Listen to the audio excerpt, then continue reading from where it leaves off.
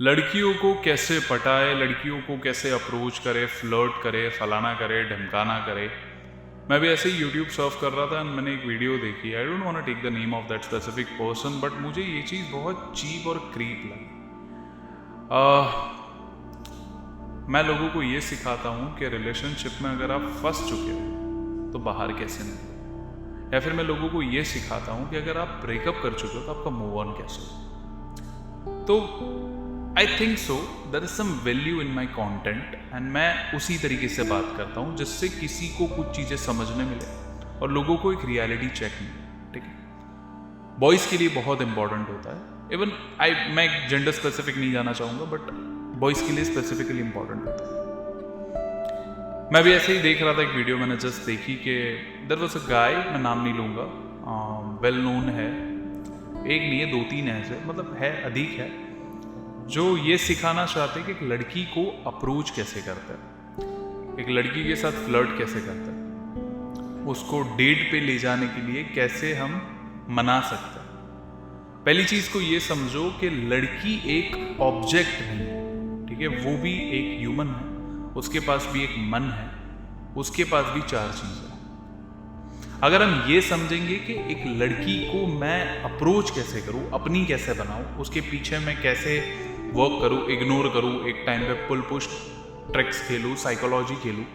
तुम पूरी जिंदगी किसी के साथ साइकोलॉजी खेल के नहीं रह सकते। Let us be very clear about it, because वो कोई गेम नहीं है, या फिर वो कोई गेम का लेवल नहीं है जिसको तुम हिट करने की कोशिश करो। वो लड़की है, उसकी भी फीलिंग्स है, उसकी भी पास्ट लाइफ है, उसके भी कुछ ट्रॉमास है। तुम उसके सामने एक फेक पर्सनालिटी जब बन के जाओगे, वो अप्रोच करोगे, शायद तुम 10 लड़कियों को अप्रोच करोगे तो 11वीं वाली पे सही हिट कर जाओगे, बट तुम अपने आप को खो बैठोगे। ये सुनने में बड़ा मज़ेदार लगता है, कोई सिखा रहा है, ऐसा कंटेंट भी कंज्यूम करने में। मुझे जब मैं 17-18 साल का था, तो अभी के एक रीसेंट बहुत बड़े पॉडकास्टर है, वो भी यही सिखाते थे, तो उस टाइम पे मुझे भी लगता था कि ये देखना चाहिए।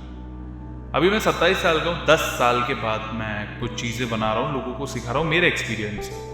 सो मैं ये समझता हूँ कि अगर मैं किसी को ये सिखाऊँ कि एक लड़की के पीछे मैं कैसे भागूँ, कैसे अप्रोच करूँ, कैसे फ्लर्ट करूँ, कैसे इम्प्रेस करूँ, सिंपल सी चीज़ है यार। अगर लाइफ में तुम्हें कुछ बनना है तो तुम अपनी पर्सनैलिटी पे वर्क करो, करेक्ट। उस लड़की को अगर तुम अपने लाइफ में लाना चाहते हो तो उसको समझो, right.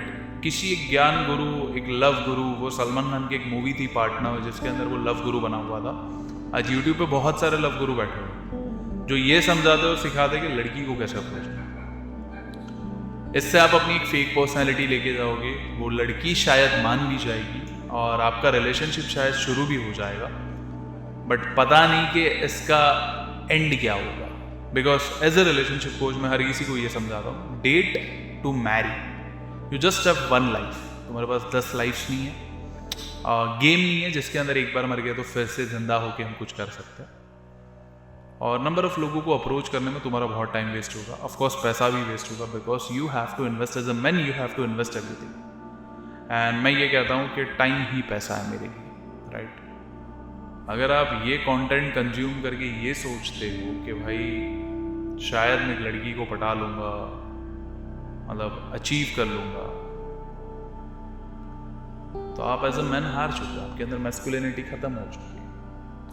I will always say that butterflies के पीछे मत भागो, गार्डन बनाओ, बटरफ्लाइज अपने आप तुम्हारे पीछे, समझ रहे। इसको ऑफेंसिव तरीके में भी लड़कियां ना लो। अ गर्ल्स लाइक, एक लड़की को वो लड़का पसंद आता है जो एक्चुअली में अपनी वैल्यू करता है, जिस लड़के की कोई सेल्फ रिस्पेक्ट होती है, होरिंग नहीं करता बैठ के, 10 लड़कियों को अप्रोच नहीं करता।